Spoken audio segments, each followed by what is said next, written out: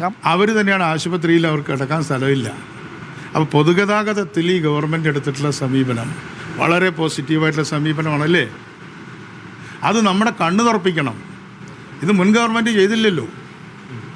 ഇത് രാഹുൽ ഗാന്ധിയല്ലേ പറഞ്ഞത്. ഇപ്പം ഞങ്ങളടക്കം പറഞ്ഞില്ലല്ലോ.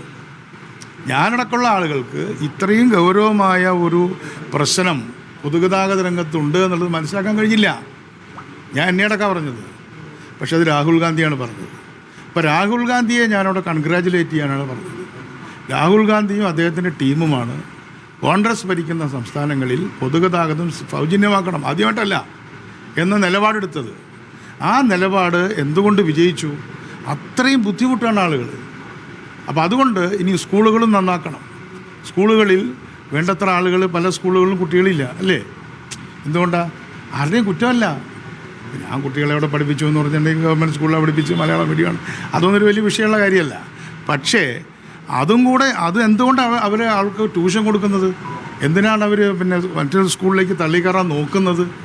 അവർക്കുണ്ടായ ദാരിദ്ര്യത്തെ മറികടക്കാൻ ഒരു മെച്ചപ്പെട്ട വിദ്യാഭ്യാസം കൊടുക്കണമെന്നുള്ള ഒരു ആസ്പിറേഷനാണ്. അപ്പോൾ ഇവിടുത്തെ വർക്കിംഗ് ക്ലാസ്സിൻ്റെ ആസ്പിറേഷൻ മനസ്സിലാക്കുന്നതിൽ ഞാനടക്കമുള്ള രാഷ്ട്രീയ നേതൃത്വം പരാജയപ്പെട്ടു എന്ന സ്വയം വിമർശനമാണ് ഞാൻ നടത്തിയത്.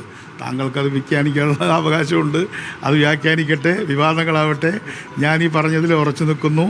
ഇപ്പോഴും എൻ്റെ മനസ്സിലുള്ളതും ഞങ്ങളുടെ എല്ലാവരുടെയും മനസ്സിലുള്ളതും ഈ മൂന്ന് രംഗത്തും പൊതുജനാരോഗ്യം, പൊതുഗതാഗതം, പൊതുവിദ്യാഭ്യാസം, ഇത് മെച്ചപ്പെടുത്തുന്നതിലേക്ക് കേരളം ഉണരണം എന്ന് ഞാൻ വീണ്ടും സ്റ്റേറ്റ് ചെയ്യുന്നു. അതിന് വിവാദമാക്കേണ്ടവർക്കാക്കാം, യാതൊരു പരാതിയില്ല. അങ്ങനെയൊന്നും പറഞ്ഞിട്ടില്ല. അത് അവരുടെ അവകാശമാണ്. പൊതുജനാരോഗ്യം അവകാശമാണ്, പൊതുവിദ്യാഭ്യാസം അവകാശമാണ്, മെച്ചപ്പെട്ട പൊതുവിദ്യാഭ്യാസം, സൗജന്യമായ യാത്ര അവകാശമാണ്. ആ അവകാശം ഞങ്ങൾ കൊടുത്തു. അത് ഞങ്ങൾ കൊടുത്തു എന്ന് പറഞ്ഞാൽ രാഹുൽ ഗാന്ധിയാണ് പറഞ്ഞത് അല്ലേ. കേരളത്തിലെ രാഷ്ട്രീയ പാർട്ടികൾ, ഞാനടക്കം എൻ്റെ രാഷ്ട്രീയ പാർട്ടി പറഞ്ഞില്ലല്ലോ സൗജന്യമാക്കാൻ.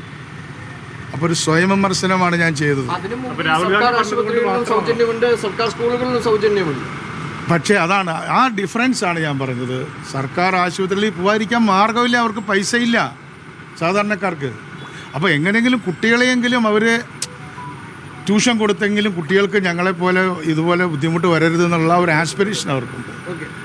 ഇതിൽ കൂടുതൽ എനിക്ക് പറയാനില്ല. വിദ്യാഭ്യാസ മേഖലയുടെ പരാജയം കൂടിയാണ്. ഞാൻ താങ്കളോട് ആവശ്യത്തിലധികം പറഞ്ഞു കഴിഞ്ഞു. പോരെ? Thank you. യെസ്.